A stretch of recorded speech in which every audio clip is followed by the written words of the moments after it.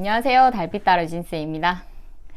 선생님, 오늘은 귤의 맛이라는 책을 가지고 왔는데요. 이 책은 청소년 친구들한테 추천을 하고요. 성인 여성분들한테도 추천을 합니다. 읽으면서 조금 어려울 수 있겠다라는 생각은 들었어요. 그래서 중학교 3학년을 다 보낸 친구들, 고등학교 이상의 친구들한테 좀 더 적절하지 않을까 이런 생각이 들더라고요. 사실 선생님이 이런 여러분한테 소개하는 책을 읽으면 주인공이 어떻게 될까? 아, 그래, 이런 말들은 꼭 해줘야 돼. 이 부분 아주 긍정적이야. 막 이런 부분을 생각하면서 표시를 하면서 막 읽고는 하는데, 이 책은 사실 그런 생각은 잘 들지 않았어요. 그런 생각이 들지 않고 그냥 이 분위기에 취해서, 그냥 장면 장면의 분위기에 취해서 어떤 궁금증에 일어서 읽었다기보다는 그냥 장면 장면에 취해서 읽었던 것 같아요. 82년생 김지영을 쓰신 조남주 작가님의 신작이라고 나오더라고요. 선생님은 영화를 사실 봤어요. 책은 아직 읽지 못했고 영화를 봤는데, 그냥 영화의 장면, 영화에서 봤던 그런 분위기나 장면들이 많이 떠오르더라고요. 좀 그런 문체 같은 게 어쨌든 녹아있을 테니까 비슷하다라는 느낌이 들었어요. 일단 이 책이 이제 줄거리를 잠깐 소개를 하면 4명의 친구들이 나옵니다. 현재 중학교 3학년인 소란이, 그 다음에 다윤이, 그 다음에 혜인이, 그 다음에 은지, 이렇게 4명의 단짝 친구들이 나와요. 이 친구들이 이제 결심을 하는 거죠. 우리 같은 고등학교에 가자. 이렇게.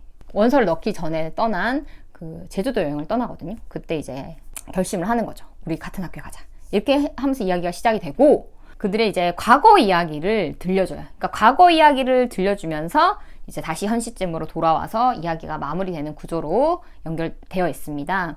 과거의 이야기로 돌아갈 때 이제 이들이 중학교 1학년 때 처음 만나거든요. 그러니까 중학교 1학년 때 처음 만나기까지 어떤 일들이 있었는지, 또 만나고 난 다음에 또 어떤 일들이 있었는지, 이렇게 두 부분으로 나뉘어서 4명의 이야기가 각각 진행이 돼요. 그래서 처음에는 누가 주인공이지? 본능적으로 이렇게 주인공을 찾았는데, 읽다 보니까 딱히 누가 주인공이다 말하기는, 결론 내리기는 조금 어려웠어요. 아마 이 4명이 다 주인공이기 때문이겠죠. 이 4명을 잠깐 소개를 하자면, 소란이는 굉장히 그냥 눈에 띄지 않는, 학급에서 봤을 때는 그냥 그렇게 눈에 띄지 않는 아주 조용하고 평범한 친구예요. 그리고 다현이는 선생님들의 관심을 한몫에 받는, 공부를 잘하는, 근데 안쓰러운 면이 있는 친구예요. 왜냐하면 동생이 아파가지고 가족들이 모두 그 아픈 동생한테 집중이 되니까 오히려 외면당하는, 가족들한테 외면당하는 그런 친구로 나오고, 은지가 어떻게 보면 여기서는 성격이 가장 좋은 것처럼 보여요. 하지만 은지는 과거에 아픔을 갖고 있죠. 친구한테 배신당한 아픔을 갖고 있는 친구예요. 그리고 은지는 부모님이 이혼한 상태이고, 그리고 혜인이는 조금 날카로운 친구로 나와요. 혜인이는 조금 날카로운 친구로 나오는데, 근데 혜인이 나쁜 친구는 아니에요. 근데 이제 혜인이가 그 집이 갑자기 망하는 거예요. 그러니까 아버지 사업이 갑자기 안 좋게 되면서 경제적으로 굉장히 그 좀 예민한 시기에 경제적으로 안 좋아지면서 좀 이렇게 혼란을 겪는 그런 친구로 나옵니다. 이 책의 포인트를 선생님이 원래는 막 포인트를 찾아서 선생님이 막 설명을 하려고 하는데, 모르겠어요. 이건 포인트를 잡아야 할까? 라기보다는 그냥 선생님의 느낀 점을 한번 얘기를 쭉 하고 싶어요. 이번 영상에서는. 내용은 굉장히 스펙타클하게 진행이 돼요. 자세히 들여다보면 각각 아이들의 인생이 굉장히 일이 많고 뭔가 사건이 다 있어요. 근데 전체적으로 봤을 때는 그냥 굉장히 조용해요. 이거를 선생님이 이 문장을 읽으면서 이 책을 표현할 수 있는 완벽한 문장이다라고 생각을 했는데, 소란도 같이 웃고 넘겼지만 괜찮지 않았다. 넷이 2년 넘게 똘똘 뭉쳐 다녔다. 애정과 권력이 이리저리 움직이고 엇갈리고 나뉘었다. 크고 작은 균열이 생겼다가 메워지고 가슴에 커다란 구멍이 생겨 각기 속앓이도 했다. 물론 보기에는 평온했다. 물 밑에서 두 발을 쉴 틈 없이 허우적거려도 호수의 백조는 우아하게 보이는 것처럼.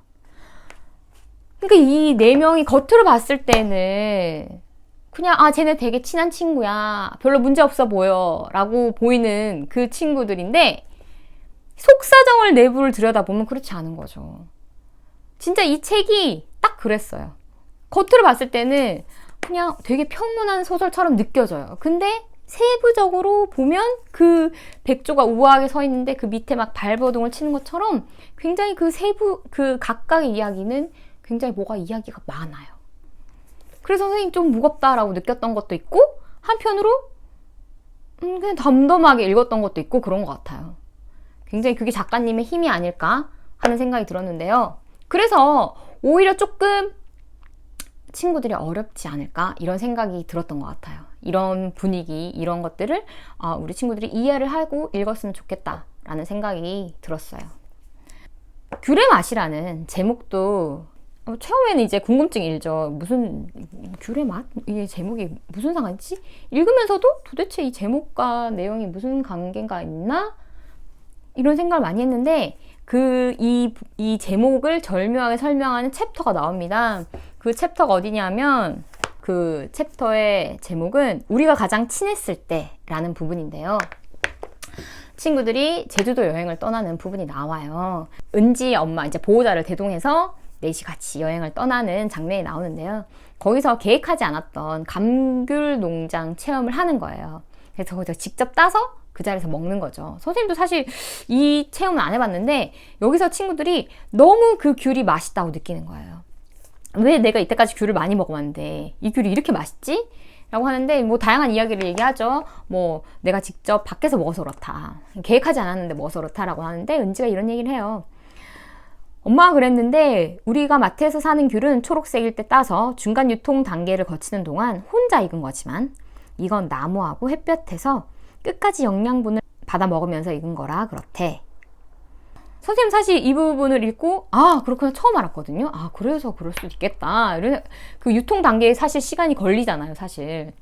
그래서 그렇구나 라는 생각과 또 이거를 듣고 소란이가 또 생각을 하거든요. 그렇다면 초록색일 때 수확해서 혼자 익은 귤, 그리고 나무와 햇볕에서 끝까지 영양분을 받은 귤.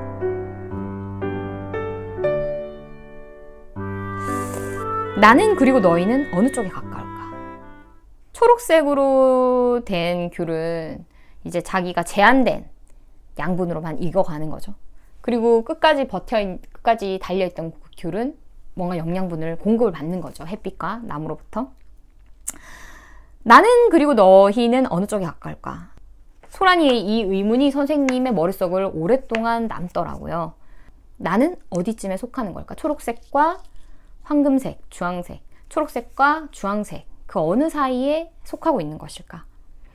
불분명한 경계에 놓여있는 사춘기예요. 그쵸? 굉장히 예민한 시기에 놓여있는 친구들. 친구들이 보통 모였을 때 말로는 뭐라고 표현할 수 없지만 저 친구가 꼭 이성 친구 간에 밀당이 존재하는 게 아니에요. 동성 친구 간에도 충분히 이런 밀당이 존재하죠. 내가 이런 얘기를 했을 때 저 친구가 어떻게 반응을 할까? 내가 이런 얘기를 하면 친구들이 나를 어떻게 생각할까? 아마 그런 예민한 시기가 지금 중학교 혹은 고등학교 혹은 이르면 초등학교 고학년 이 친구들의 시기라고 생각을 하는데요. 특히 좀 남학생들보다는 여학생들이 더 그럴 수 있죠. 그런 어떤 예민한 부분들에 대해서 아주 절묘하게 잘 그려낸 소설이라는 생각이 들었습니다. 선생님은 읽으면서 그냥 개인적으로 나는 어땠나 이런 생각이 들더라고요. 나는 그 시절에 어땠나? 나는 어떤 이 4명 중에 어떤 친구에 가까웠나? 이런 생각이 또 들더라고요. 친구들 사이에서 이런 예민한 부분에 조금 신경이 쓰이는 친구들이라면 충분히 공감하고 읽을 수 있지 않을까 하는 생각이 들었습니다.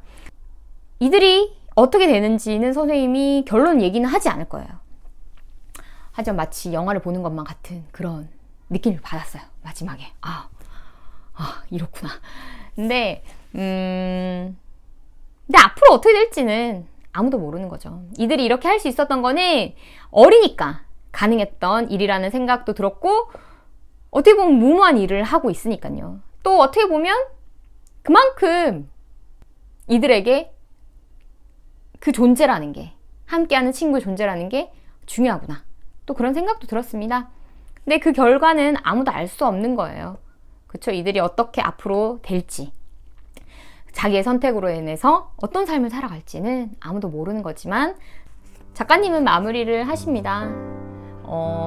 혼란스럽다면, 어떻게 내 계획이 무엇인지 정확하지 않다면 그냥 괜찮다고, 아직은 그럴 나이라고, 천천히 가면 된다고 그렇게 마무리를 지으시는데요.